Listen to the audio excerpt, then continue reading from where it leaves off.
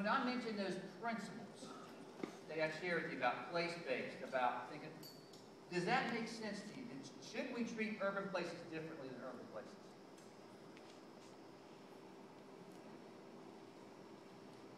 Mike?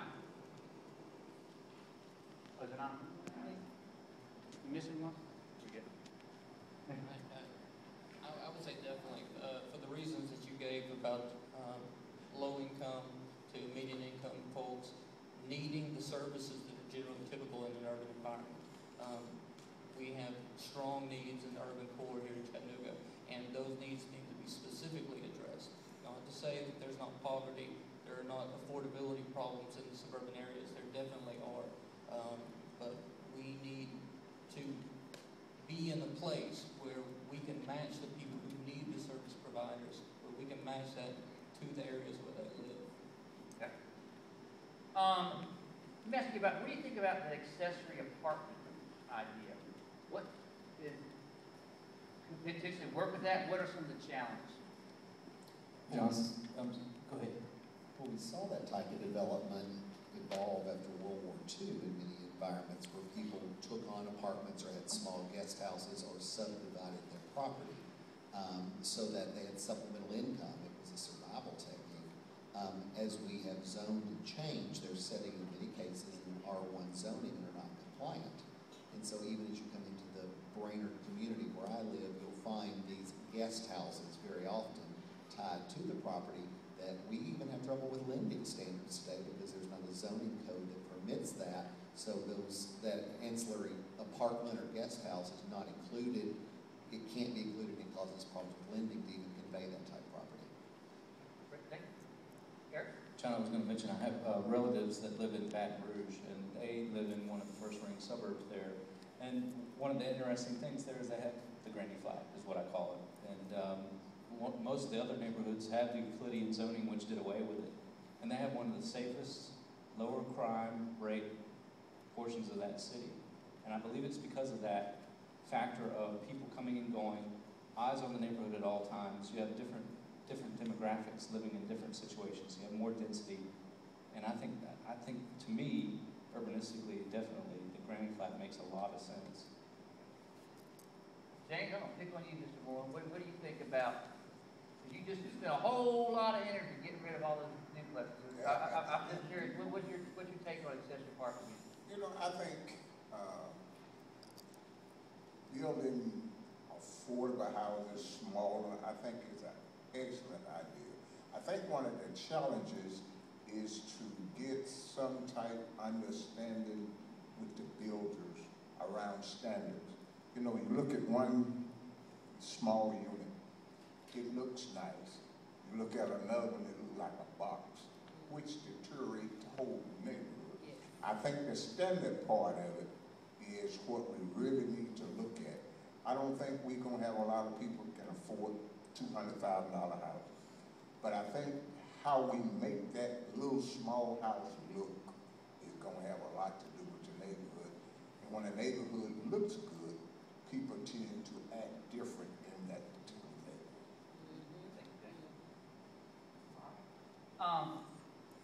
I'm actually maybe from the builder side, Don or Buck. What, in terms of, I know this is where we had to transition where you got to think about state law.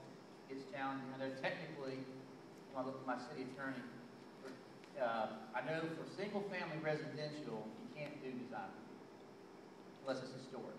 Correct, Mike? Okay. Yeah, put him on the spot. Now, put my staff. That's what. So, how? I mean, I guess interesting. Like, how do we? And maybe Gary, you have some thoughts on this. How do we balance that with what is allowed by state law, and also I would say from the developer side to make sure that we're being reasonable. So I'm just curious to have a little conversation about that. If you have a homeowners association and everybody that lives in that neighborhood is a member of that association, you can have design review for that neighborhood. Okay. As I understand it, but that it's like Hampton Creek. Since I live in East Brainerd, I'll pick on the Ooltewah folks. Hampton Creek has a homeowners association, and when you build a house in there, it has to go through their design review committee. That's great. Good idea, good idea. Other thoughts? From the builder community, Eric? In a lot of ways, I think we've got in place right now, in some ways, a municipal design review process going on anyway. I mean, to build in a first ring suburb, you need at least almost 2 variances to get accomplished what would fit in anyway, what most of us in this room would probably feel would fit into their neighborhood. So I would contest that we already have a process in place that reviews the development of these first ring suburbs and a lot of the infill development that's going on. Okay. All right, let me jump to the next, I'm going to jump to urban real quick. I mean, why do we need, that's what I'm going to pick on in the buck a little bit. Why do we need incentive to build housing in downtown or urban? Why? It's like it's easy to do anywhere, right? Donnie, I mean, why do we need, I mean, it works. So why do we need incentives for things to use for housing to be built downtown? You're talking about, affordable housing. Or even, let's say, up to, let's say, moderate scale market rate. Well, it does work, but it doesn't work without a lot of work. Okay. It's not an easy thing to do to develop downtown. The market is special.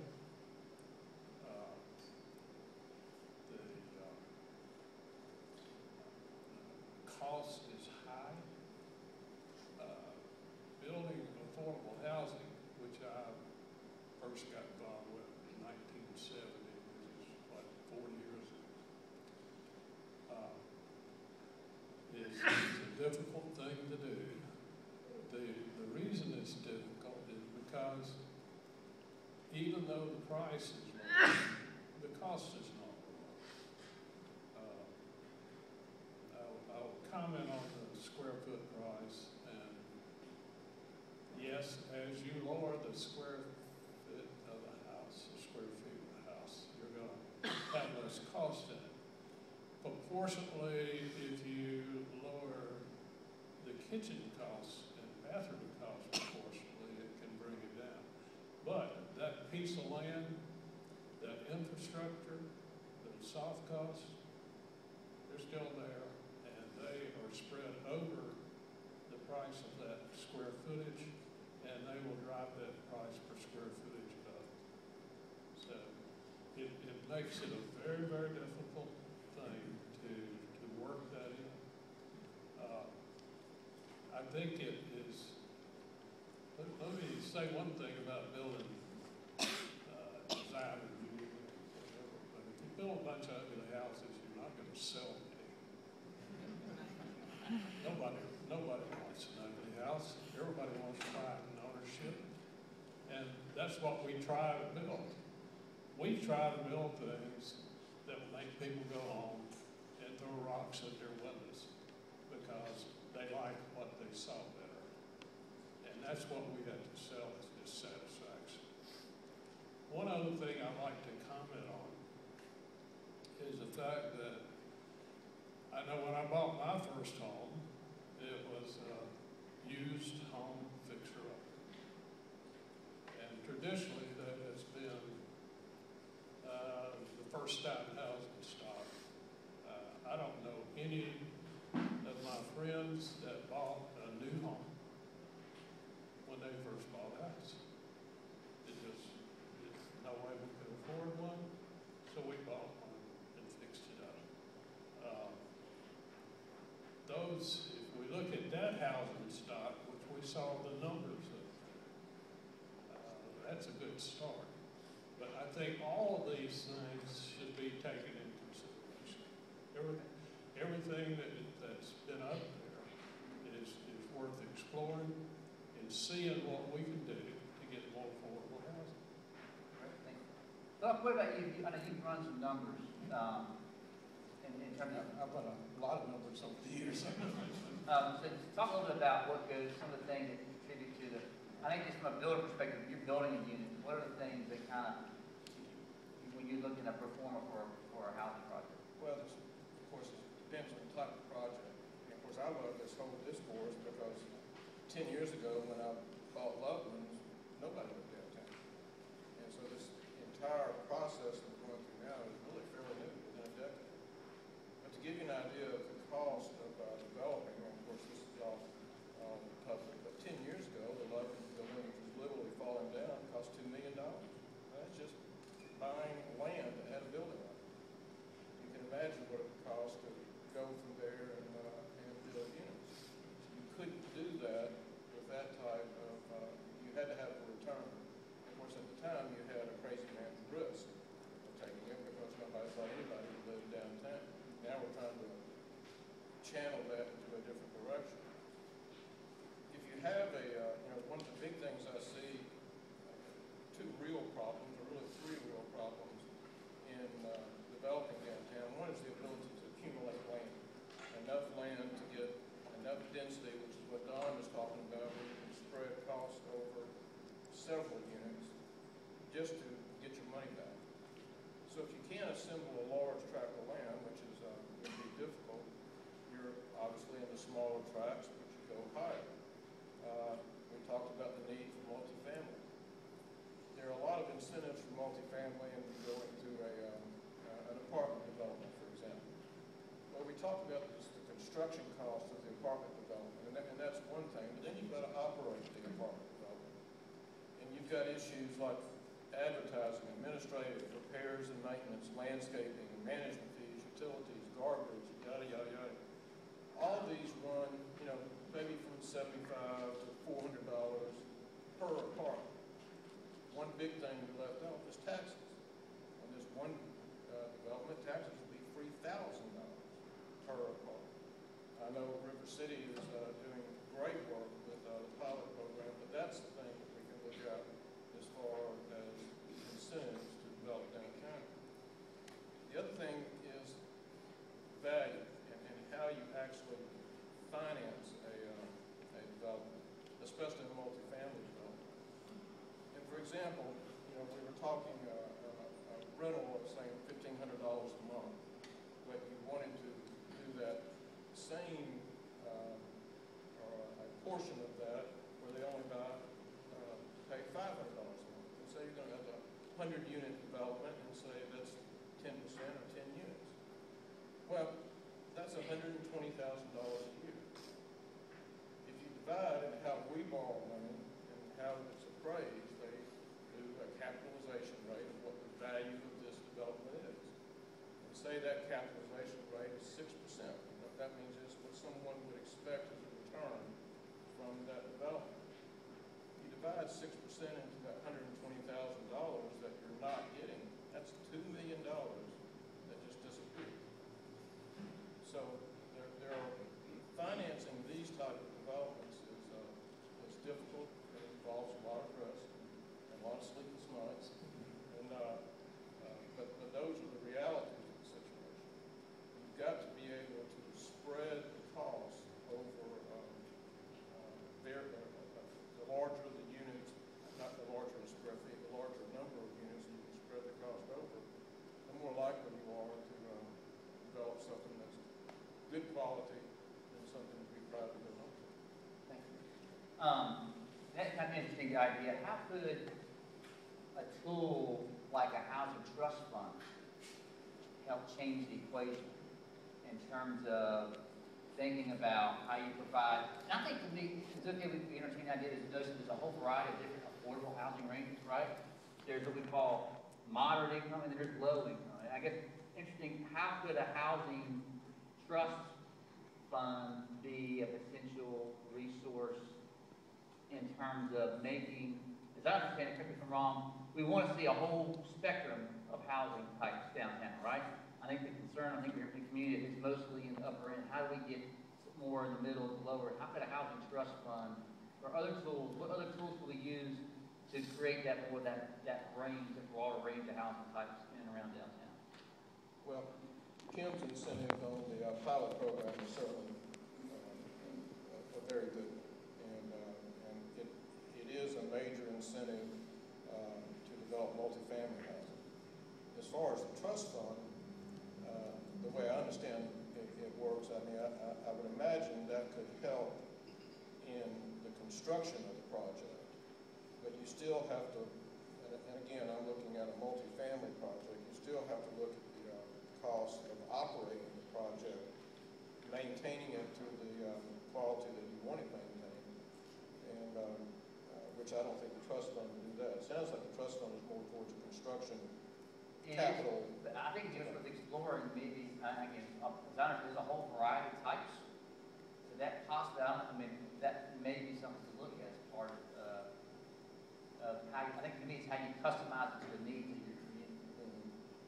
Well, and then also, when you talk about placement, I mean, in the urban core that we're talking about, you have urban core that could be waterfront or right in the middle of everything, and you have urban core that's not. So you've got to be very careful that one size doesn't fit all. Great, thank you. What are the thoughts of the group about the idea of the affordable housing trust fund, or also the idea of creating incentives for affordable housing and maybe a fee system? So, hey, sometimes it may not work for a project that you're working on, but so in lieu of that, you would just provide maybe some kind of scaled fee that would go toward a housing trust fund to build affordable housing. Thoughts on that?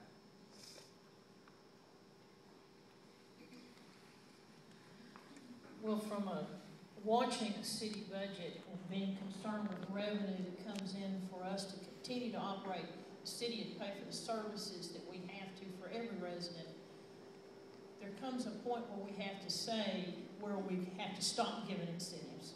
When you open an incentive program, there needs to be, when we do this again, we need to have some ramifications, some barriers on it that say after a certain point, the city has extended itself too far out.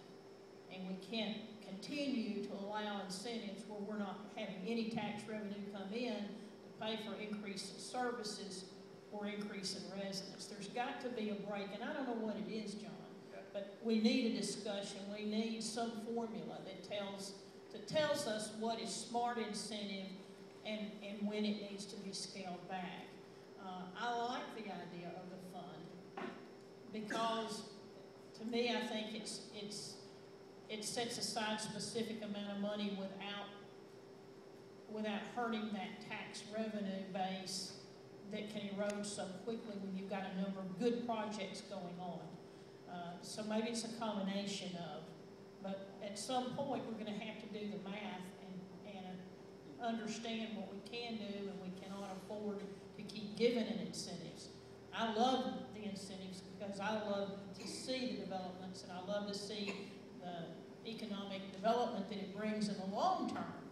But we need to make sure we're not cutting ourselves short in the stopgap to get us to the point of long term when that is fully on tax books. I'm going to ask that audience first. I would not be in favor of impact fee for all developments, which is in fact what you're saying. Okay. There's enough risk, as we just talked about, and there's enough difficult doing a development without adding another impact fee to it. Okay. Thank you. All right, I'm going to ask the audience to ask questions now. Yes, sir.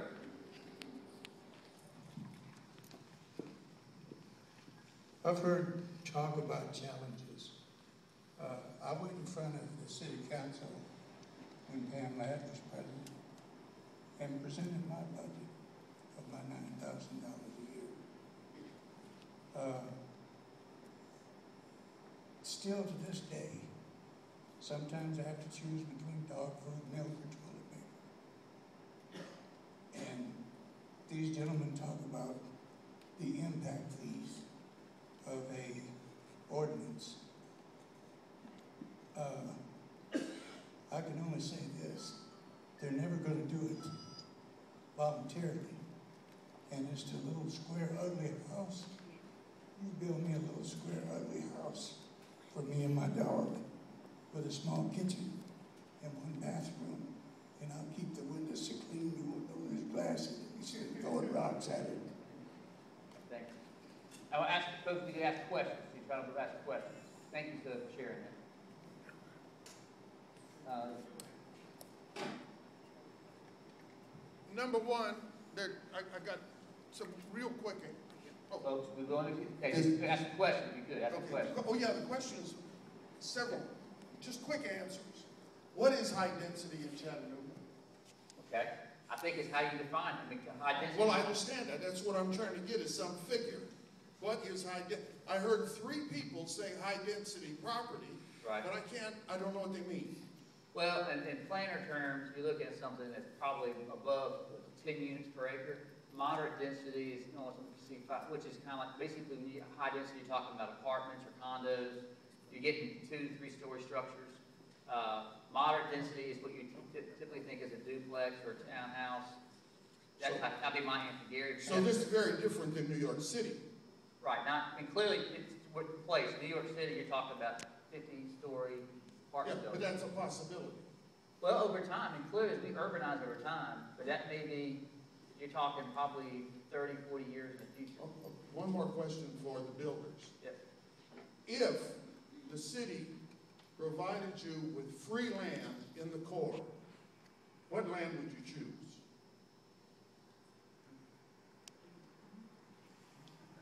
I know this is way out. So you're thinking like what's like the most desirable areas to develop? Most desirable areas to develop in the core. But what are the most considered as desirable areas to develop in the core?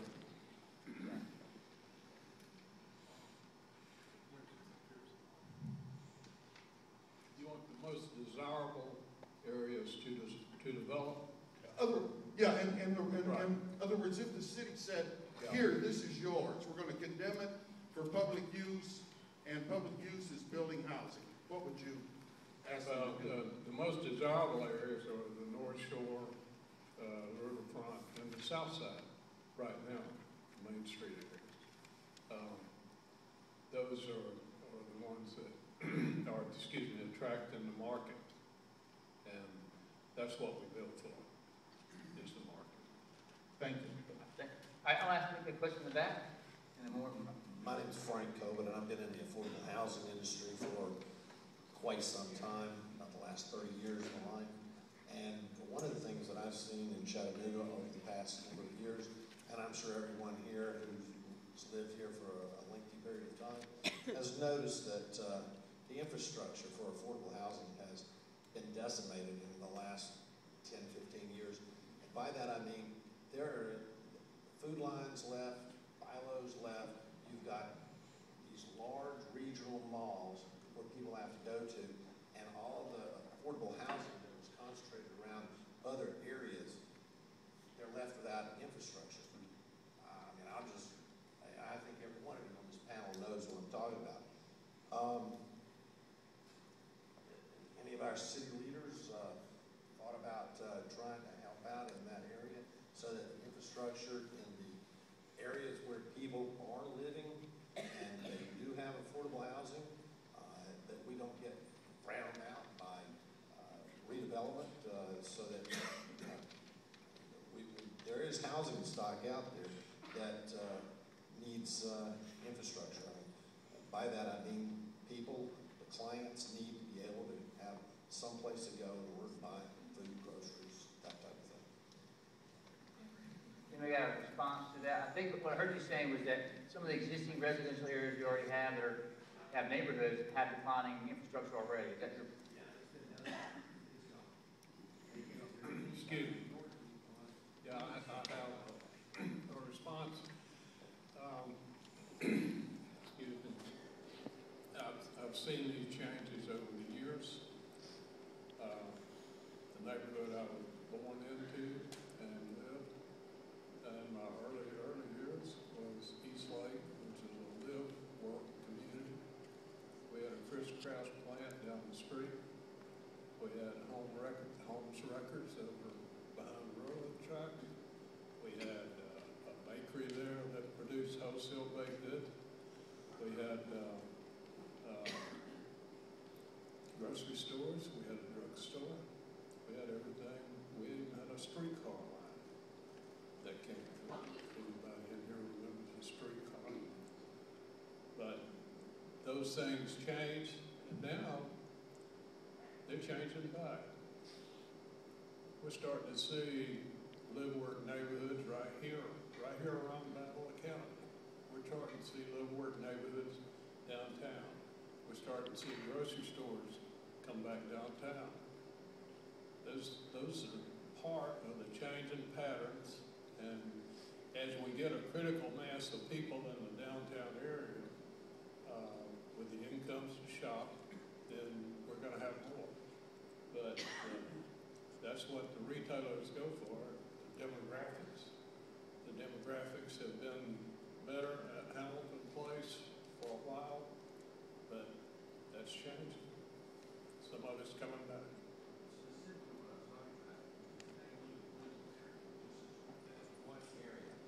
Glenwood had 4 medium-sized supermarkets, grocery stores. Glenwood has none now. That whole area, Food Line, Pruitt's, Bilo, they've all gone.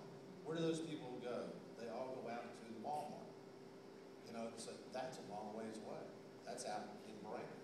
I mean, I do not see the development that you're talking about. What I see is larger, more centralization of shopping centers. I don't see the, you know, small locale developments. I think they're gone. I mean, it's leaving. Okay, I'm with that. One question, then we're going to break. All right. I just wanted to mention some data. Oh, thank you. My name is Clifton. I'm a UTC senior.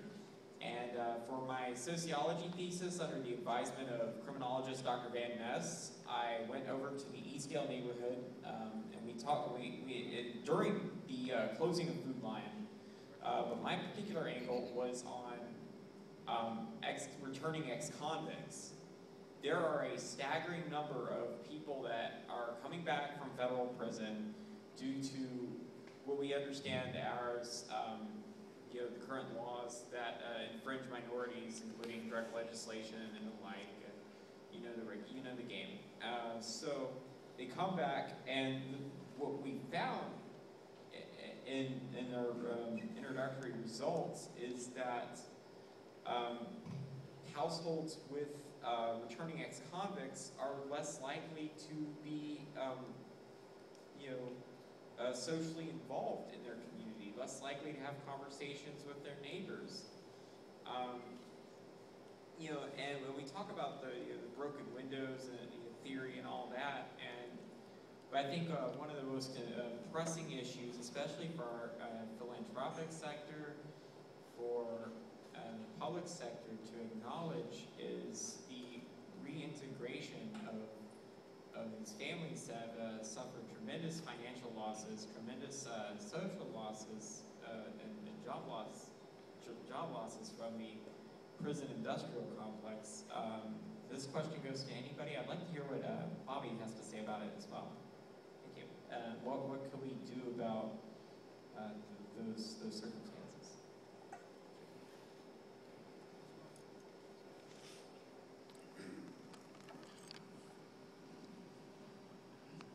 I think it'd be a whole community effort that we have to develop programs to work them back into our society. I don't think they come out of federal prison and start where we already are. So we got to have some type of 501c3s that will open the doors and put the arm around them and lead them back into the center where they need to be.